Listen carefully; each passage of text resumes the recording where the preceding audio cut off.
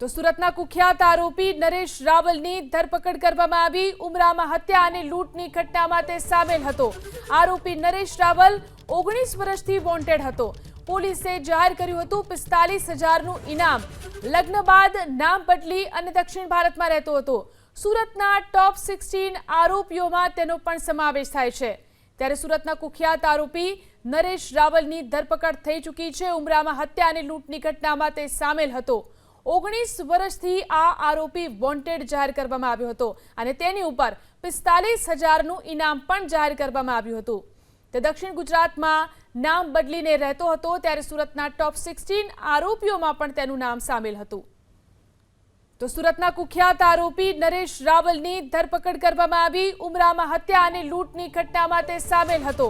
આરોપી નરેશ રાવલ 19 વર્ષથી વોન્ટેડ હતો। પોલીસે જાહેર કર્યું હતું 45,000નું ઇનામ।